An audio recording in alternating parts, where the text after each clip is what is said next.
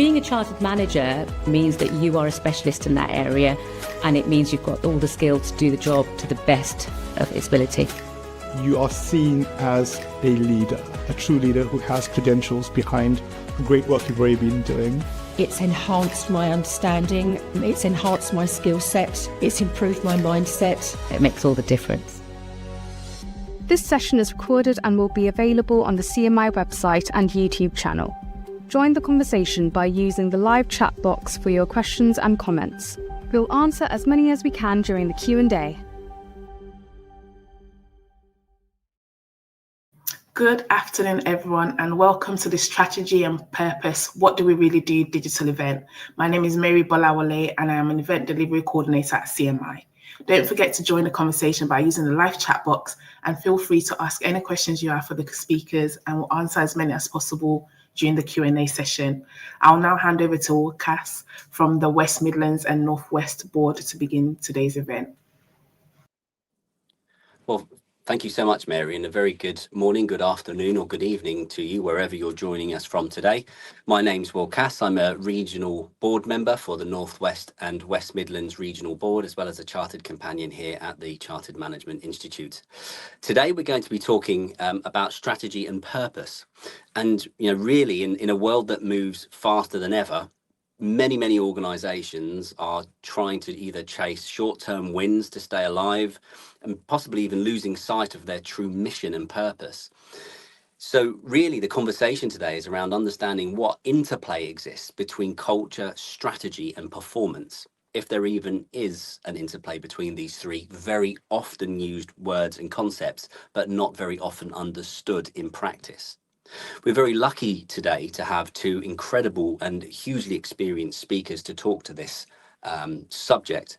We have Dr. Kevin Croker, who is a subject matter expert and author of the recent book Thrive, A Leader's Survival Guide to Culture. And a little bit later, we'll be introducing you to Carlos as well. The format for today, we will give Dr. Kevin 20 minutes to do his presentation. We will then allow Carlos Francisco his 20 minutes, and we will then move to Q&As. So looking forward to both. And Mary, if I could kindly ask you to bring Dr. Kevin Croker to the stage, please.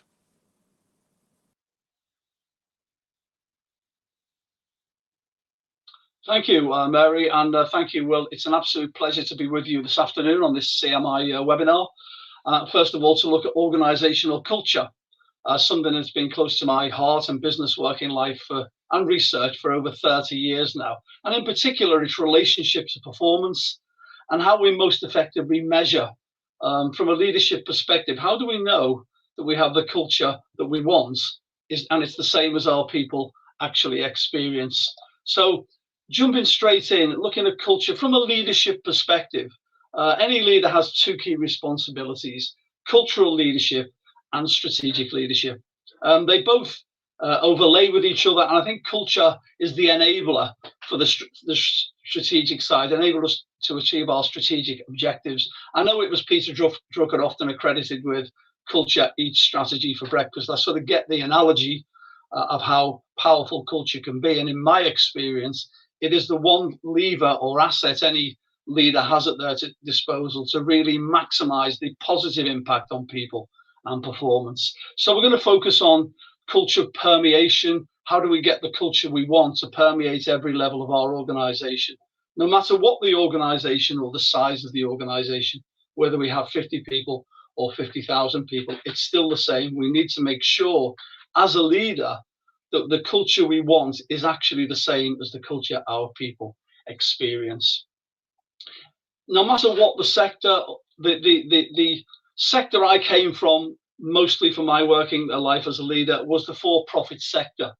And like I alluded to earlier, I really don't know of anything that has a simultaneously positive or negative impact on performance other than organization culture. Certainly in my experience and the organizations I've been involved with, I've seen it have dramatic impacts, both internally and externally. And I just use this analogy because this is any organization. Sales minus cost is the profit.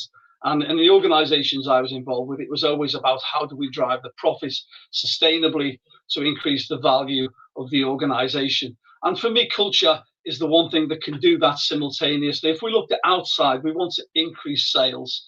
So if we have the culture right, it has more of a positive impact on our customers, customer service, customer retention, customer attraction, all of those areas. And then internally, it also has the power to dramatically reduce costs through better collaboration, greater innovation, less absenteeism, less people leaving the organization. As we say, people join organizations, but they actually leave cultures. So I've seen firsthand the positive impact, and also my research supports this too. And if it was working simultaneously, we were increasing sales and reducing costs, then we can see on the bottom right-hand side, almost a 20% increase in value or profitability of the organization. So let's have a look at some independent research around culture and performance. On the positive side first, and certainly over the last 20, 30 years, there's been a huge amount of research for obvious reasons in this area. I've just picked out 4 reliable sources. Harvard Business Review found that companies with a strong positive culture, and what they mean by that is the values that the leader has chosen and the ensuing behaviors do actually permeate through every level of the organization to give that positive culture.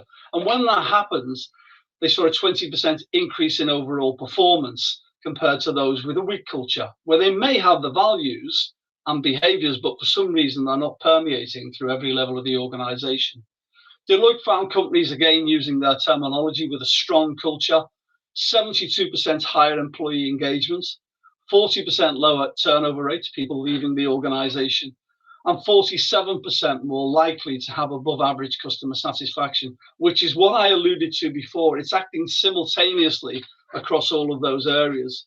For the organizations I was involved with, I wanted simply to be a great place to work, a great place to deal with, and a great place to invest in.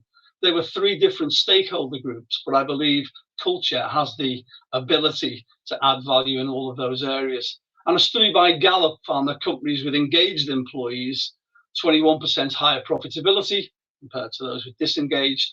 And then finally, the 100 best companies to work for, a 22% increase in revenue growth over a 3-year period, as compared to just 4%. So moving further on then, where does culture come from? Well, most organizations that I look at these days and I work with, they have a set of values and behaviors they want to see emanating from those values. And as you would imagine, they're all positive. I've never come across any that would disrespect, dishonesty, unfairness. They're all positive values and behaviors associated to those values. And they often pick three to five of those and go into, or the better ones go into a lot more detail of what the behaviors look like. We can't measure a value per se, but we can measure behaviors related to that value. I've taken these from particular organizations, which I will look at in a moment. So do you have the culture you think you have, or how do we get that strong culture? Well, it'll very much depend upon the degree, and I've said to which the leaders espouse values, because as a leader, 2 key responsibilities: cultural leadership, strategic leadership. They are your main priorities. So what values are you going to choose, and ensuing behaviors that are going to have that positive impact on your people and performance? So the strength of your culture will depend how far those behaviors permeate through every level of the organization. Now, we've looked at the positive sides. Well, culture is never neutral. It can never, ever be neutral. It's either helping you achieve your strategic objectives, or it's hindering you achieve your strategic objectives. We've looked at some of the negative, positive impacts. These are some of the negative impacts of when the culture doesn't permeate as intended. And I've chosen ones that will be familiar to most people. The latest one, the sub-postmaster scandal, where it's going to cost billions. We don't know the final cost yet. And sadly, in this particular case, some people actually took their own lives because of what they've been put through, falsely accused of fraud when it was actually a computer issue. And the values that we looked at a couple of slides ago, I took from all of these organizations. So for whatever reason, they weren't, or those behaviors weren't permeating through every level of the organization. And I haven't got time, but I'll just talk about the bottom one, VW. The Dieselgate scandal is probably, again, one of the more famous ones. Huge costs, 25 billion, reputational damage too. And one of the values they majored on was actually integrity, always doing the right thing. Yet someone thought it was a better idea to falsify the emissions to make their vehicles look more eco-friendly than they actually were. So there are some, this is what we call the toxic side, but there's no sector or country that's immune from this kind of thing. So how do we get the positive, the strong culture, and all of the positive benefits that actually go with that? Well, I've just highlighted 3 areas that I think are critical in this particular area. Cultural leadership, the senior leader in any organization taking responsibility for their own behaviors, walking the talk, as we say. They can't abdicate this responsibility and get help with it. I work with leaders in this particular area to get that strong culture and then measure it going forward. Bigger companies will have an HR department, so there's plenty of help around, but you cannot abdicate responsibility. This is your responsibility. The book starts and stops with you as the chief cultural architect or chief cultural carrier, call it what you will.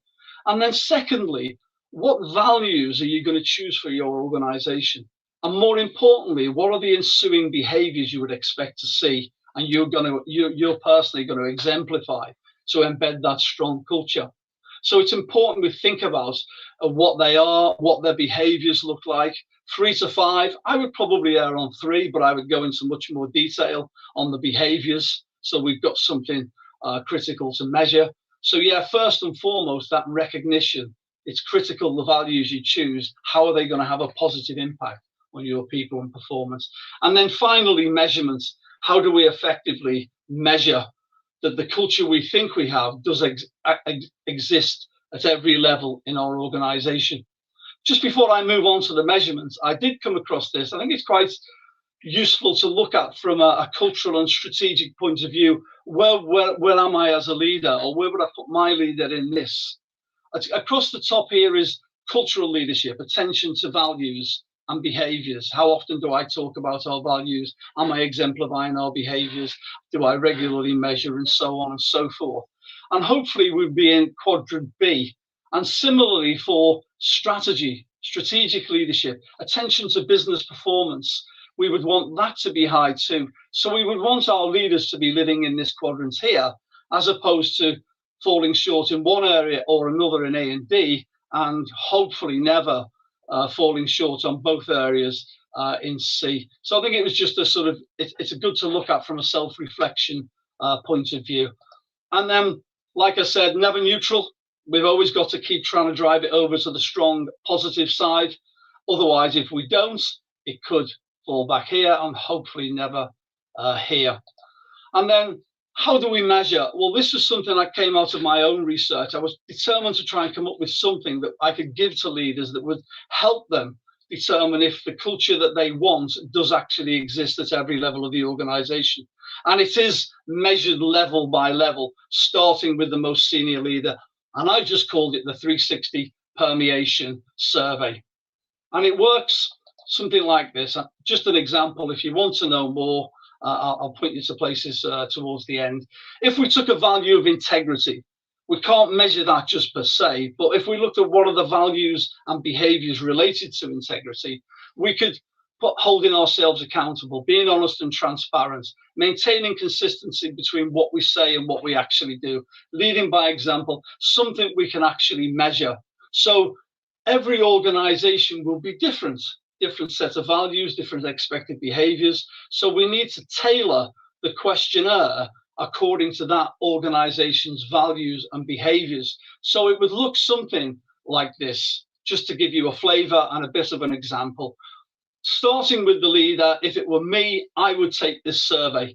So I consistently uphold, and so on and so forth. And hopefully, if I am acting as the chief cultural architect, I am measuring 25, or I'm scoring myself 25 on this. If not, maybe I need to reflect. I think maybe it's something I need to change. But let's say that I am, I would then give it to my direct reports, which in my case would have been a sales director, production director, finance director, and ask them to do it of me.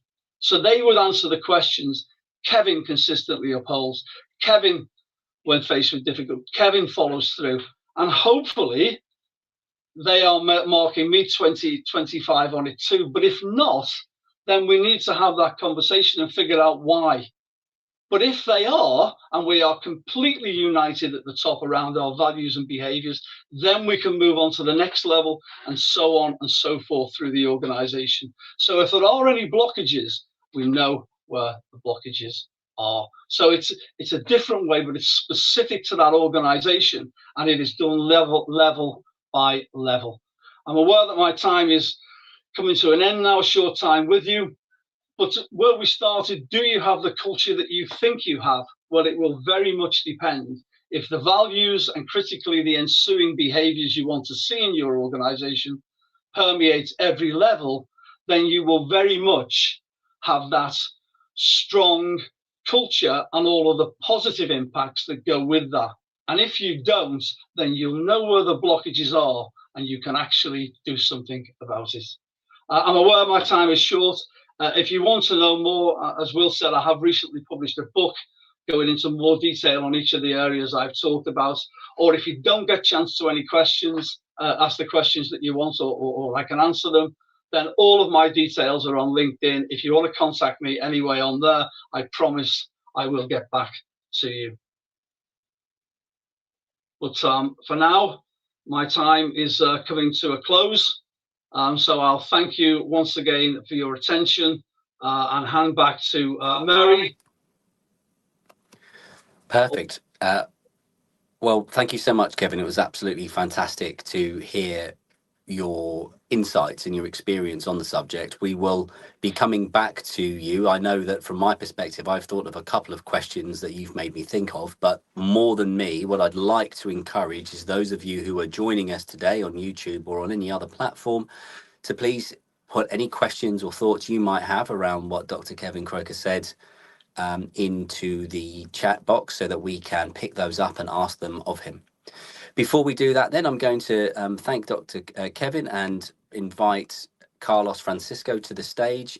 Carlos Francisco has a long history as a business improvement specialist and is now CEO of Paradigm, a consulting organization that focuses on operational excellence, change management, and strategy.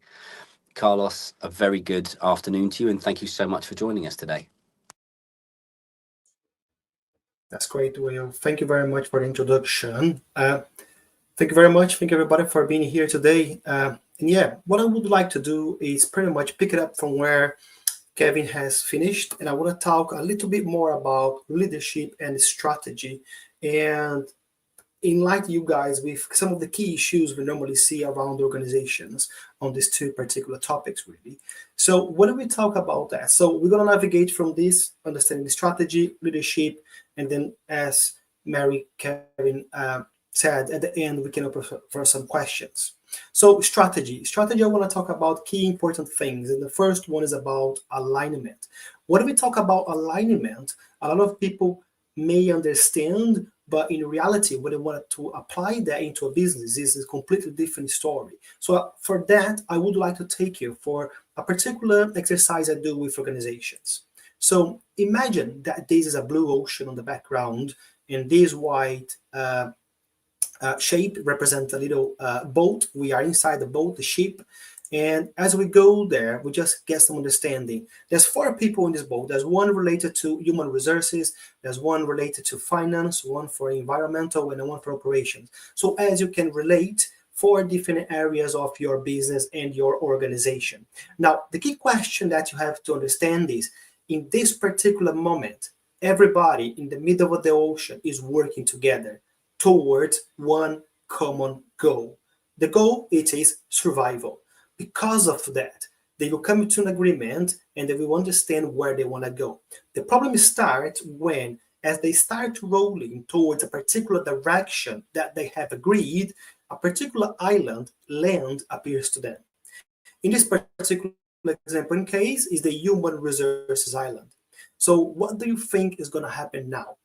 Exactly. Now they're going to steer the boats toward the island because of the first piece of land and they need to survive. The problem is, as they start to row to that direction, another 3 islands come up to them. So now you have the finance island, the environment island, and operational island. Now you have inside the boat 4 different people that want to go to the 4 different islands. And they normally do that because initially, psychologically, is the area, the domain where they understand everything. So they feel comfortable there, they feel confident there. Therefore, it's easier for them to perform better on those particular islands.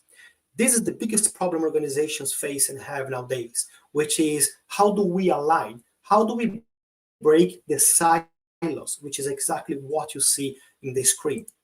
Well, to what the pot, I would like you to take that analogy and just follow me into a concept that I call TMR. So TMR stands for the 3 key things that will never go back to your life. And in business, they are the same, which is pretty much time. So if we spend time into the incorrect things, we're never going to get those time back. If you think about it, we all have the same amount of time in a day, 24 hours, which equals X amount of minutes. And if we divide that into 3 key blocks,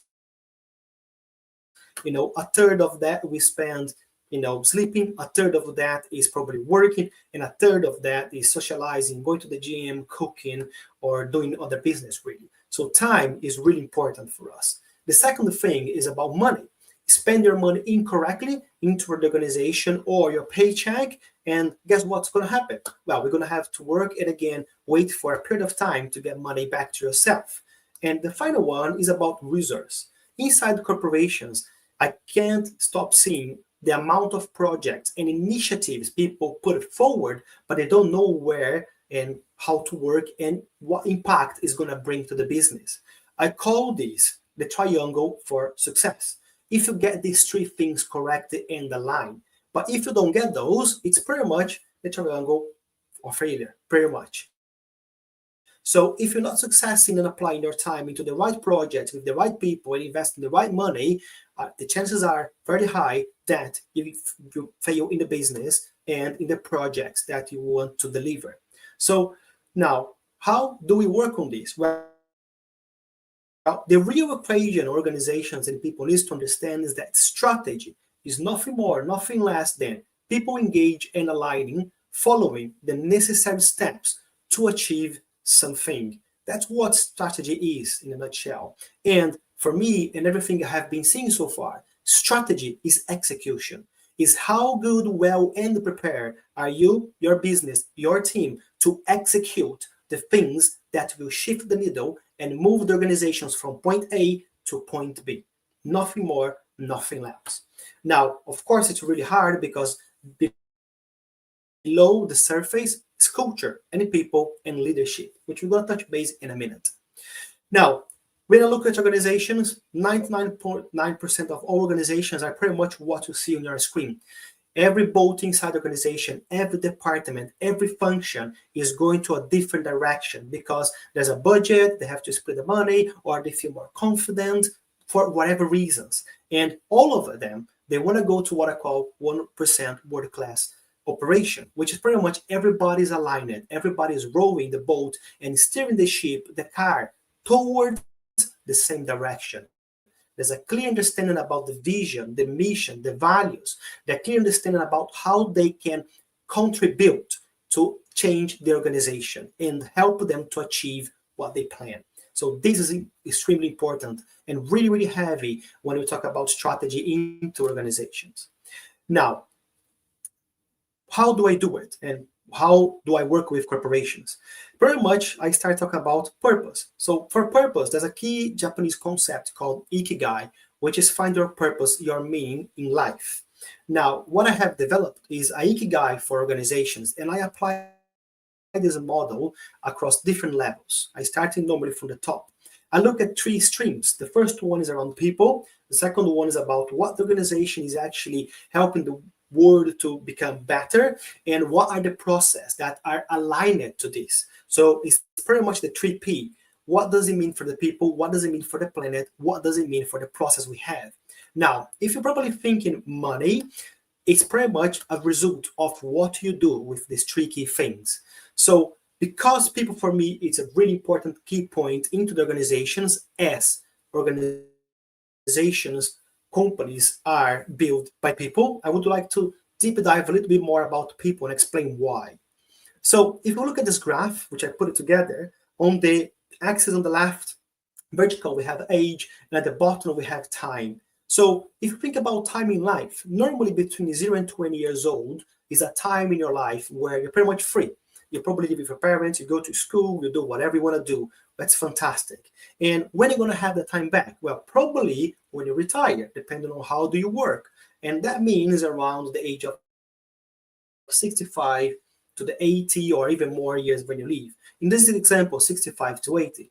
Well, what happens in the middle is what we call adult life, which pretty much tells us that from 20 years, if you start working 20 years up to 65, you're going to be working and being part of one or multiple corporations and organizations. That's why it's a key responsibility of a company to define exactly where they want to go, what they want to do, and how people can contribute to that.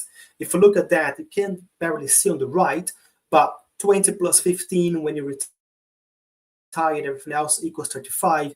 20 minus 65 is 45 years. So normally and naturally, we spend more time working than actually enjoying life itself. Now, think about those guys that goes on holiday, bring their laptop, bring their work phone.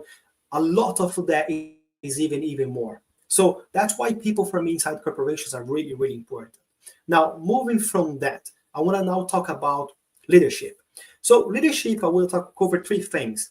Leadership styles. Well, leadership styles, there's a lot of research and information online. You can buy a book, you can read it for democratic leadership, authoritarian leadership, all of that, transformative leadership, and which one of them, there is the key attributes that are correlated to those styles, which are positive and negative. Now, what I want to focus with you guys is what are the leadership responsibilities, which, if you believe or not, they do not change whatever your leadership style is. And they go pretty much on that way. First responsibility is to build teams. And to that, I would like to dive in more. So here I present to you Maslow. You probably are very familiar with the concept of Maslow. So on the bottom of Maslow, we have the basic needs. So we have psychological needs, physiological needs, which is around food, water, warmth, rest. The safety needs, about security and safety. As we go above, we have the psychological needs, esteem needs, belonging and love, and self-fulfillment at the top. Well, there's key things. When you look at Maslow, when Maslow created the paradigm of a hierarchy of needs, it was mainly developed for one particular individual, but we don't live on that way. As our brain is anthropologically, we live in society, we live in groups. And what companies and organizations do not understand is how they can actually go and move from safety needs. They believe safety need is just having a security guard, have some cameras, providing you with a nice coffee break, freestanding desk. They believe they are fulfilling that need. But actually, this is far from being right. The key point here is about psychological safety, which is pretty much related to how people feel inside the organization. What you need to understand is that when we have a safe environment, we have high levels of trust. High levels of trust gives us high levels of accountability, and high levels of accountability gives to the business high levels of higher performance. That's the equation that we normally miss when we talk about business. Now, if we continue to talk about that, remember that you can only create teams if the work environment where they work is psychological safe.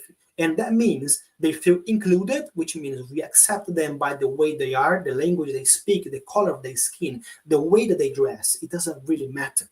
We then provide a learning platform. We allow them to try something, to learn something, and to fail, of course. We then ask them for contribute. Well, we give them not just permission, but we let them contribute towards what we are doing. And of course, we also let them challenge us and their status quo. So this is what a psychological safe environment looks like. And you have to remember that a group of people working together does not mean they are a team. It's just a group of people working together. If you don't have these levels incorporated on the culture on what they actually do, well, the chances are pretty much you have a group of people working together. Now that you understand what is your job as a leader, well, for me, and this comes from Aristotle's philosophy, is to ensure that people feel sufficiently safe to develop their natural talents, expand their knowledge and skills in the work environment. That's your job as a leader. Now, what I want to talk and close off is talking about what else is your social responsibility as a leader. Remember, as I said, there's two primary responsibilities: how to build teams and your social responsibilities. When I look at that, your primary social responsibility is to what I call decrease social friction. If you want to achieve your strategy, if you want to change your culture, you have to decrease the chit chat, the gossip in the office, the people talking about John because John is going on holiday again. You can't allow that. You have to start to correct those environments, correct the people so they start to behave in a better way, and then you can then look at how can you increase intellectual friction. Intellectual friction is about discussions about strategy, about key performance indicators. It's discussion around what can we do to move this project from point A to point B. That is your social responsibility as a leader, not just to your team, but across the organization itself. Well, to cover that one, I would just want to finalize on naturally, there's few ways our brain is designed to think, and in society, we think of that all the time. I call it 3P1S. The first one is preacher. We act to convince people based on faith on religion, faith on something. We always go, you know what, I think this is the best thing to do. And well, intrinsically, we wanted them to be part of our group as well. The second way I normally behave is we judge people without reasoning. They prosecute people and individuals. Oh, Mary failed on the project delivered. Oh, hang on a minute, what happened there? And the third one is about being a politician, where we attack individuals and other groups and departments. Now, all of these create social friction, which is what your responsibility as a leader needs to be focused on. And the final one is what I call scientific thinking, which is pretty much we use experiments and we rely on evidence, facts, and data to actually move the business forward and have a better intellectual friction into our organizations. So this is a little bit about how leadership and how strategy is linked with what Kevin was said, culture, and how does it work inside organizations across worldwide, really. And that's the end for me. So here's my LinkedIn. You can scan the QR code.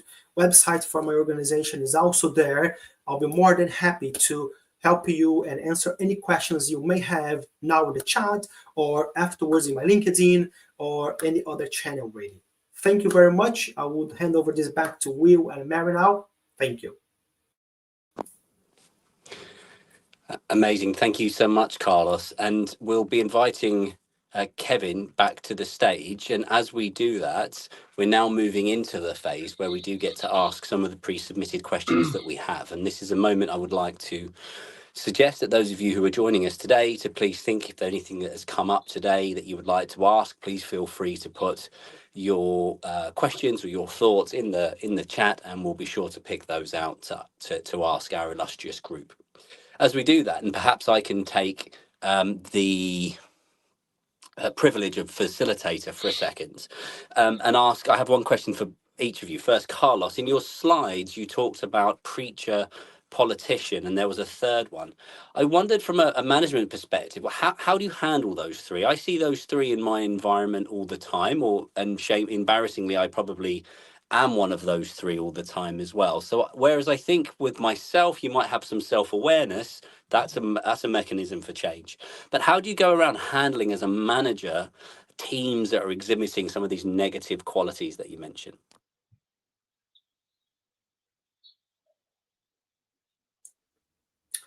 Thank you for the question, Will. That's a very deep and I would say hard question, really. Normally, I work around coaching. So understanding where the behavior comes from. So normally, they are related to prior experiences across organization, things that they have been dealing with for a couple of months, couple of years sometimes, and it's so ingrained that they start to believe and act on those particular ways. Now, we coach, and as you probably know, coaching sometimes, in my personal style, is being sometimes black and white. We explain the individual, explain the reason, explain the behavior, the situation, and the impact it's having in other people's and in other sectors of the organization, making them aware. So creating the awareness is the first thing. The second thing is, how can we then shift that belief, that behavioral, again, from point A to point B to become something more positive and negative? And again, normally most of the time it goes in a way that we have to call off and say, look, that wasn't so nice, we need to change that. But most of the time, people, when they start to understand and become self-aware about what they're doing, doesn't add value. That's the word I like to use. We do not add value, not into the business, but for the people itself, how they are impacting individuals' life, then they start to reflect better. And I go circle very, very simple. Like, if you're saying those particular words, would you like if they were saying back to yourself? And asking those coaching directly questions, and people start to think differently, really. So that's how I work with organizations. Perfect. Thank you, Carlos. That makes a lot of sense. And it was a hard question. I apologize for starting with the big guns, but I always think like that. Great answer, and I appreciate it. And Kevin, your piece was fantastic. And I suppose one of the things that it made me think about was actually the journey of working in different organizations and the responsibility for transformation that I'm in fact taking on at the moment in the business that I'm in. And it made me think more generally that firstly, businesses change strategy. Right. One, they can be running down a service line. Suddenly they want to become a software company. Suddenly they're going to go into a different line of business. Strategy changes. So I'd be interested in the cultural element. How do we capture the culture, to be Gramscian about it? What do we do around how does the change in strategy impact culture? How do we bring the culture with us? What's that dynamic? I think the culture is the more constant. The strategy, you might change what you're doing or where you're going, but how you're doing it will be the constant one. The behaviors, how you expect people to behave in your organization. Like I said, it would emanate from the values. When looking at my organizations, I would choose values that I want to see behaviorally that will positively impact our customers, our stakeholders, our people themselves. So I think the culture is more the common one. You can change strategy, but the way you do things, the way we behave around here, should be more consistent from a behavioral point of view. There might be occasions when, in organizations where innovation is much more of a value that's important to our organization. So there might be just areas around there. But I feel that behaviorally and the values, they're more enduring. The culture the strategy might change, the vision, the direction with what's going on, but the way we behave should be the consistent. Fantastic. That makes perfect sense. Any thoughts on that, Carlos, before we go to our first pre-submitted question? No, I agree with Kevin. It's very tricky to do that. There's one thing I like to remember, everybody, when we talk about culture, is mainly three pillars that are affecting that. So culture is a group of people that they have the same values and the same mindset. They follow the same rules and norms, and they behave in the same way, which is accepted by the group.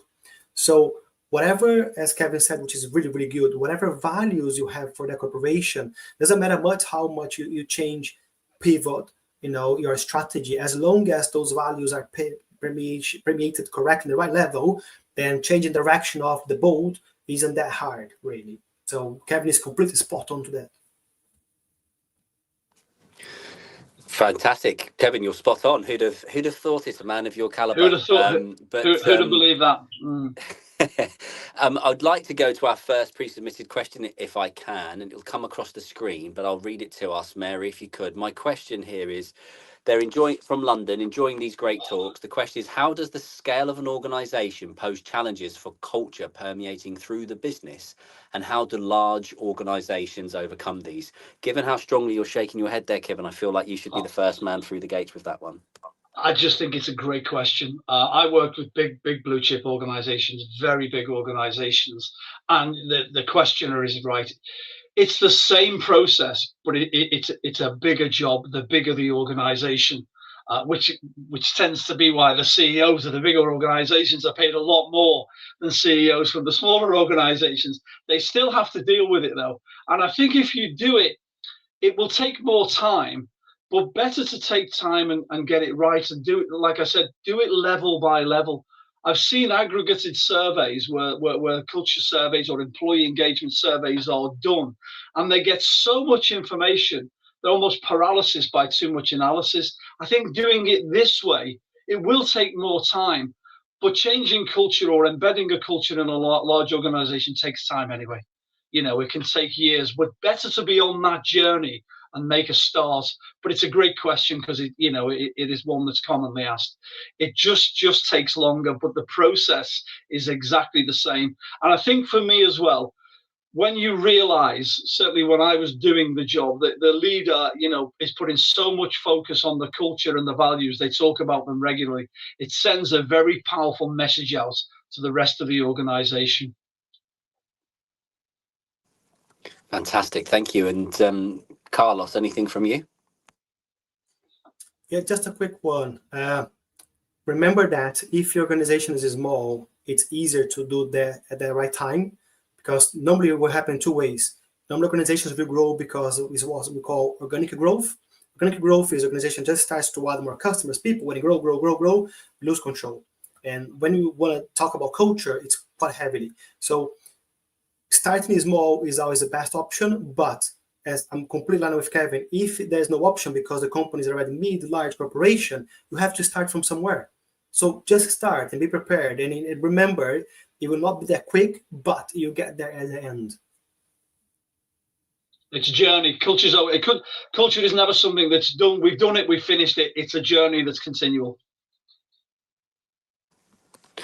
Perfect. And it made me think of my own experiences going through smaller, fast-growing startup organizations where the first 20 people through the door, we are all in the spirit of we sink or we swim, we all sell, we all code, we all win together. The first challenge comes when you start to hire in the professionalized organizations or departments, because suddenly HR, you have HR, you'll have finance functions, you have different functions that have who start moving towards those islands, I think that Carlos had on his screen. The question I try to process as I go through my career is, how do we help? And the most critical part is how we step change an organization over those key transition points as we scale out. And of course, in particularly leveraged or VC backed organizations, that happens incredibly quickly as well. And many organizations, I think, have got those wrong. With that in mind, then perhaps we can go to our next question, which is from Craig Cockburn.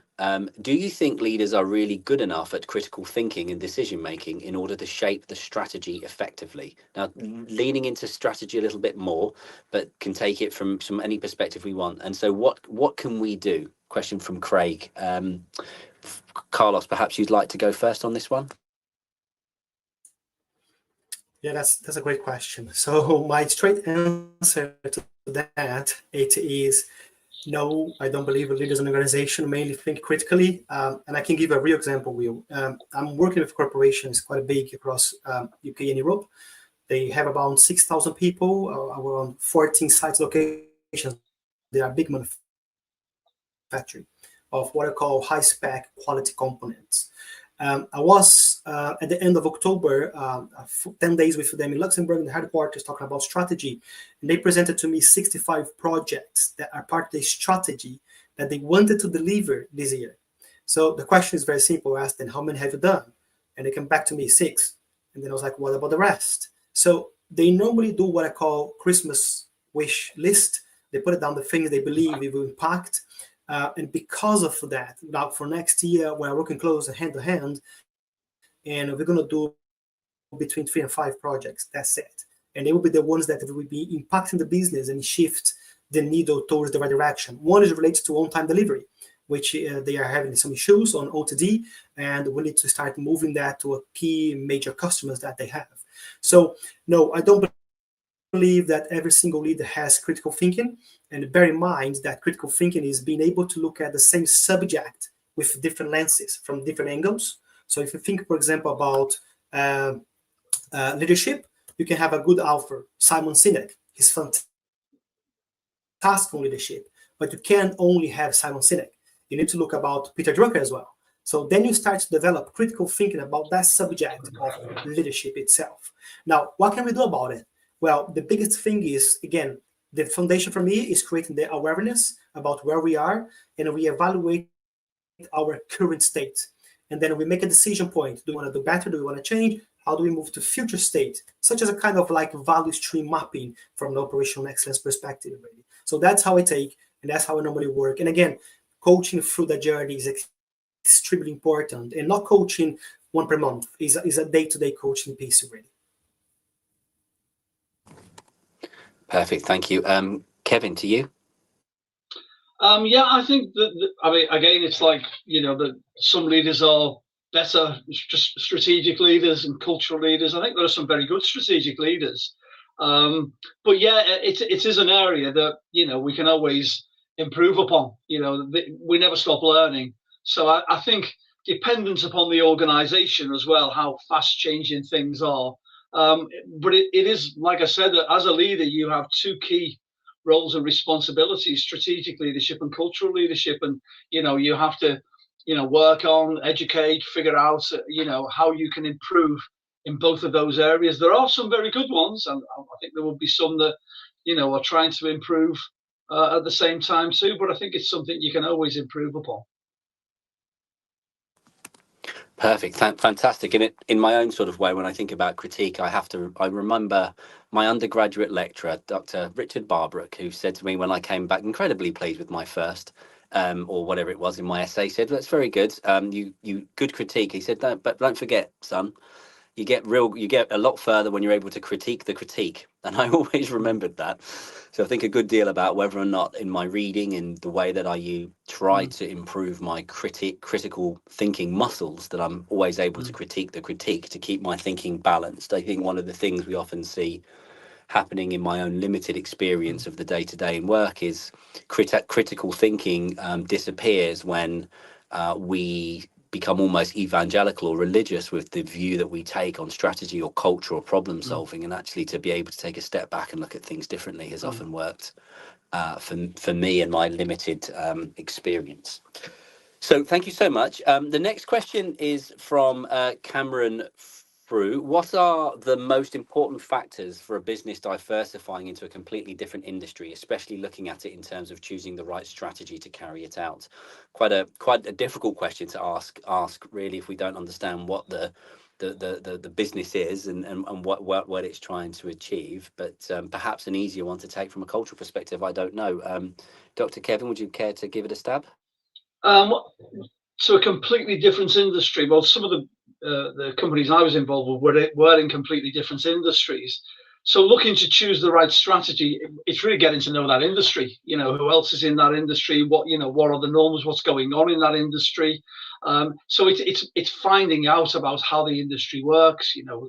Trade bodies and what have you can help in that area to really understand the customer base, what's important to get right in that industry. If it's a manufacturing industry, I think it's really immersing yourself into finding out more. And the great news these days is information is readily available for different industries and looking at the industries. So there are lots of places you can go to do work, find out about an industry, immerse yourself in it, find out who the other people operating in that industry, and so on. I think it's just fact finding, looking at the industry, seeing what the critical factors are. If it's manufacturing, is it about buying the raw materials? So it's just getting to know that industry, I would say. I have worked in different industries. I was in the steel industry, and coming in, although I didn't know the industry, there were plenty of people who did that I could go seek out and ask questions. So I would say, yeah, immerse yourself and find out. With that in mind, Kevin, I wonder if there's ever challenges or experiences when organizations are looking to diversify into different industries. And what I do note is industries have different cultures. So then how the two cultures from two different industries work. And a good example from in my world is software works at a certain pace with a certain focus and a certain tempo. Services organizations work with a certain focus, and the values those organizations are imbued in, the way they express or execute those values is very, very different. How do those organizations work together? Is there a challenge? Is there a culture clash? How do we handle any particular or potential issues around that? I mean, yeah, there are, if you look at the statistics, a lot of acquisitions, most acquisitions, 70% fail exactly because of that. I think it was Firestone and Bridgestone. One was American and one was Japanese, very different cultures. So I think from that perspective, the first thing is an awareness of there's a difference here. I mean, again, I think it's critical when you look at what values you want. For example, if I wouldn't have an issue picking integrity as a value to drive certain behaviors in my industry. I don't think it would matter what industry we were in from that perspective. That's why one of the things I picked out is choosing the values is critical. And more critical is what the behaviors, how are those behaviors going to positively impact our people and help them to perform at their very best. So when you're merging organizations, acquiring organizations, you really need to pay clear attention because there might be certain nuances in different countries or cultures that you need to just be aware of. But I think that's what it's also about, being very careful of the values you choose. But I've done lots of culture changes. But when you change into something positive, hopefully if you get it right, then no matter where you're from, people will enjoy working in that environment. We have seen in high tech many failed acquisitions where the reason you bought an organization quickly disappears because you managed to unintentionally cannibalize or destroy its value. And so what we do often see is organizations being acquired but then left and slowly integrated into the bigger into the mothership, so that not to I suppose destroy the very qualities that you've looked and pretty much invested in substantially. Absolutely. Carlos, any thoughts on that one from you?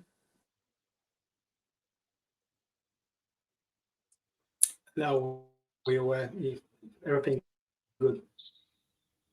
Perfect. So we'll just have a quick look at the next question, and this one's from Clifford, which is, how do you deal with cultures in a traditional public organisation like the NHS, where some entities feel superior to others? I don't know who would like to go first on that one. Perhaps Carlos, if you have the virtue, you have the opportunity to go first if you'd like to, sir. Did you say Carlos, Will? Yeah, well, I did. I did. Yeah.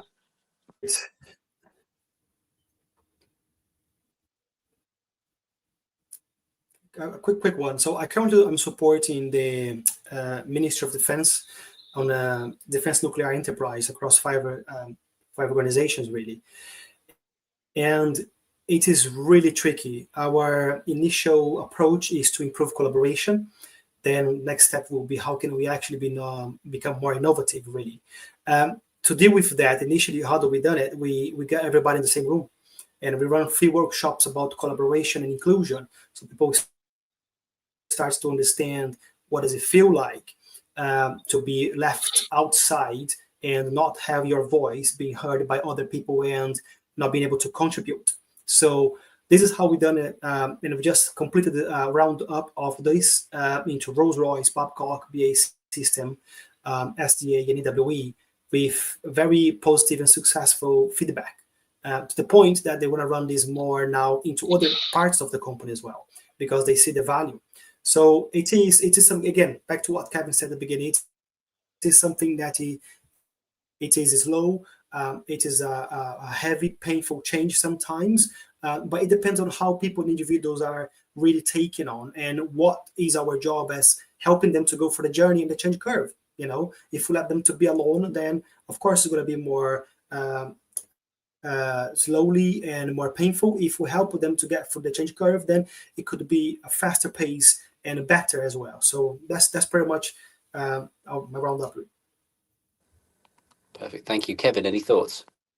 Yeah, I mean, I've done some work, funnily enough, with the NHS, and yeah, it's huge. It's a huge entity, obviously, and there are some very ingrained behaviours in there. But I think this is where cultural leadership really comes into its own, as this Clifford said there, where some entities feel superior. They're just doing. I always used to say that, you know, I might be the CEO or MD, call it what you will, but I'm no better than anybody else. I'm just doing a different job.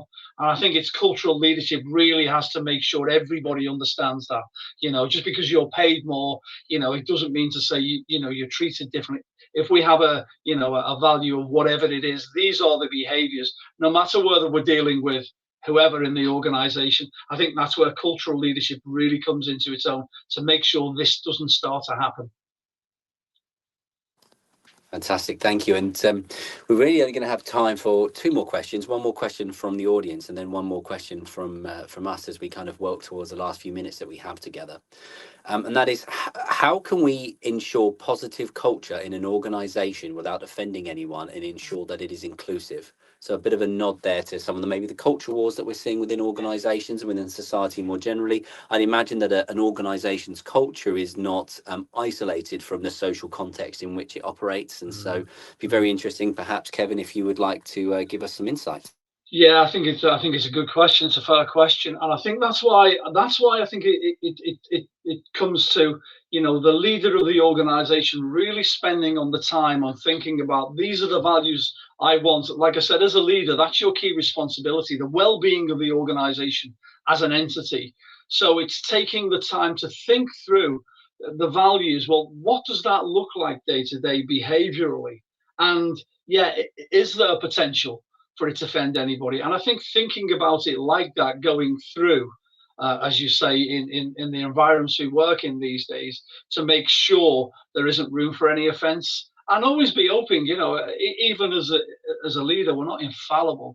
You know, if mistakes are made, people recognizing that, people hold their hands up, take accountability, say, actually, we didn't mean for that to happen. My mistake, needs to go back and revisit it. But I think personally, and I've spent a lot of time, I work with leaders now and whatever with my own organizations, on the clarity of the behaviors, working more on those than just the value. Like I said, you can have a value of integrity. I can't measure that.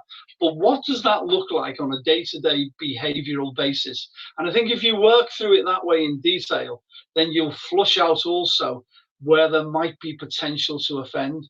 So I think working on those behaviors not only makes measurements much easier, but it also avoids falling into pitfalls like the questioner said, of offending people, thinking through how could that possibly offend. And I think it needs to be given more time than sometimes it does. Picking these values, they sound nice. Well, all of those values I picked from the organizations I referred to sounded nice, but that wasn't what was happening in the organization.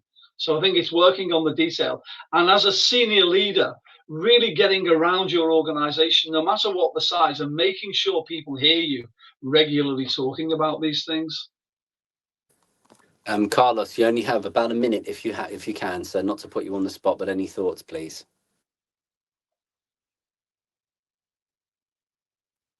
Yeah, just to add to that, remember that you can always ask. So ask people, ask how they're feeling after you have decided some values, some behavior. Ask about feedback about the management, the team leader, the supervision, about the people, the colleagues.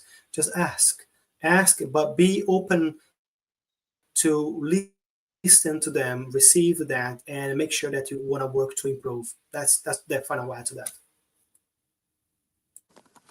Well, firstly, fantastic. And we are now coming to the top of the time that we have together. It's almost coming up to an hour. And I often find when we have the opportunity to speak to two incredible subject matter experts that we really should be booking these for 2 or 3 hours. Fortunately, corporate lunchtimes don't typically span 2 or 3 hours anyway. So unless you're in banking in the 80s, maybe, but certainly not since then.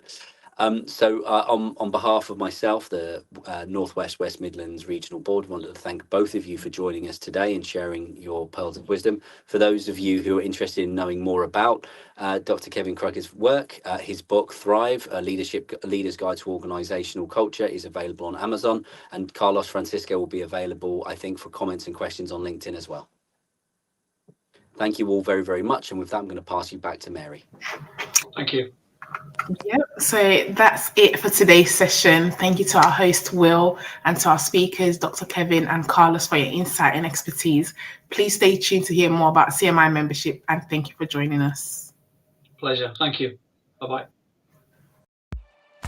Don't forget, as a CMI member, you can find the latest management and leadership insights at managers.org.uk. If you're not yet a member, join our community to discover CMI Confidence with on-demand resources, our network of mentors, and industry-leading accreditations.